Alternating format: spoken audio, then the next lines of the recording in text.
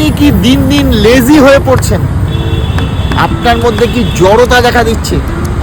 এই জড়তার কারণ কি?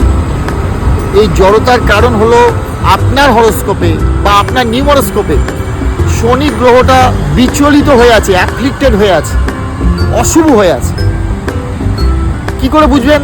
যদি হরোস্কোপে শনি রাহু পিশাচ যোগ থাকে, যদি শনি কেতু সাধু সর্পদোষ থাকে, শনি মঙ্গল 20 যোগ থাকে, শনি রবি 20 যোগ থাকে, শনি চন্দ্র পুনর্ফু কম্বিনেশন অথবা এটাও একটা 20 যোগ যদি থাকে, তাহলে বুঝবেন আপনি কোনোভাবে কাজে মন দিতে পারছেন না।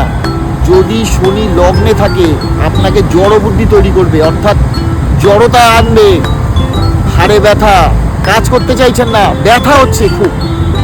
শনি যদি অষ্টমে থাকে মারণ তৈরি করে, শনি দ্বিতীয় থাকলে সেটাও খারাপ, অর্থনৈতিকভাবে খারাপ, শ্বশুরবাড়ির সঙ্গে সম্পর্ক খারাপ। শনি যদি দ্বাদশে থাকে পায়ে ব্যথা তৈরি করে। শনি কোনোভাবে অ্যাফ্লিক্টেড হলে স্বয়ংসুখ নষ্ট করে দ্বাদশে থাকে। শনি বিভিন্ন জায়গাতেই খারাপ।